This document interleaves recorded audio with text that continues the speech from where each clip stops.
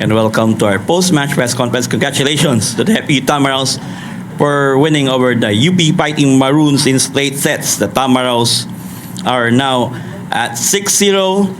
We have Coach Edison Orculio, Ahmet Bituin, Dula and Dongala, and Christian Paul Sadboro. Coach, congratulations for his victory. Third set napalaban kayo sa UP, pero you need those kind of games para maging matatag kayo. What can you say about your team's performance sa third set? Siguro naging ano lang, paano ba, yung counter-attack medyo kinapusta ng bahagya, kaya nagkaroon ng ng ganong senaryo. Pero okay naman po eh. Thank you, Coach. Ahmet, 15 of 28 attacks, 2 blocks, 7 excellent receptions, and 4 digs. So, yun nga, third set, pumalag ang UP, pero in the end, nanalo kayo. So, ano yung mga kailangan yung i-polish para, syempre, malapit na tayong matapos ang first round, Ahmet? Yun nga po, yung kagaya ng pinag-uusapan namin is kailangan po laging maging consistent despite sa mga nangyayari sa amin. Kailangan mas puliduhin pa namin lahat ng galaw namin and bigay pa namin yung very best namin and huwag kami maging kampante kung ano pa yung nilalaro namin ngayon. Kailangan mas doblehin pa namin. Yun lang po. Thanks to Dula, you have 8 blocks, 4 attacks this morning. So, what can you say about your effort, especially in blocking? What can you say? For me, I want to say thank you, coach, thank you, team, thank you, Lord, for doing this game. I'm very happy for this game today because I win this game. I want to focus for next game next week, so very important next game. I go to focus for this game. I want to push myself for my blocking again. Thank you. And to Christian Paul, you have 2 of 2 attacks, so quality numbers for you. Ano yung masasabi mo na yung tiwalang binibigay sa'yo ni Coach Edison this match? Sa akin lang, parang sabi kasi ng mga coaches, ready lang ako palagi dun sa likod. Tas, yun, na binigyan ako ng oras na makapagpaglaro, parang 100% na 100% yung binibigay ko palagi. Good job. Okay, the floor is open for questions. Coach, as always, balanse yung atake nyo ulit. Isa kayo sa pinaka na-utilize nyo rin yung middles nyo. Siguro gano'n lang ka-importante yun.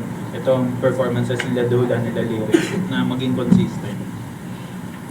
Yun talaga dapat ang mangyari, yung consistency. Siguro dapat from very start hanggang sa matapos yung serye natin.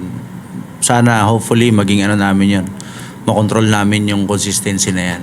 So yung numbers na divided dun sa kung kanino man napupunta yung mga numbers, siguro baka ang dami pang dapat linisin eh. Medyo sa errors namin ng 3 set, siguro baka posibleng makapagbigay kami ng isa pang set dun sa opponent. Medyo lumalayo lang yung puntusan sa dulo. Ahmet, isa kang sa mga nagiging consistent na scorer dito sa FEU. Paano mo lang tinitake ngayon yung advanced role sa'yo na binibigay niyo? Ako po kasi pinapahalagaan ko talaga na nandun ako sa loob ng court na once na pinasok ako doon, minsan di man ganun kaganda yung simula, pero pinipilit ko sa sarili ko na kailangan mas maging extraordinary ka pa. Kailangan i-push mo pa para mapakita mo pa kung ano pa yung kaya mo pang mapakita. Yun lang. Ayun nga, nung dulo ng laro, ikaw yung pinuntahan ng setter. Gaano mo lang ina-embrace yung opportunity na ikaw yung pinagkakatiwala? Yun unang una. Thankful ako sa mga teammate ko. Siyempre sa mga dumidepensa at sa setters kay Kuya Kao na siyempre hindi ko naman magagawa yun kung wala din yung mga teammate ko. And ayun, iniisip ko lang lagi na pag ganong moments na hinihingin ko talaga yung bola kasi once na mabigay sa akin, nasa sa sarili ko na papatayin ko yung bola. And then kahit anong mangyari, kailangan pupuntos ako sa mga ganong moment. Yun lang po. Dula, can you talk about how do you enjoy the game, your celebrations?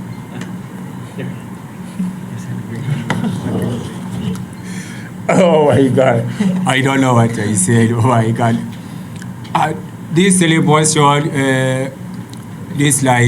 call me. call me later. Only this, always I like this. Call me.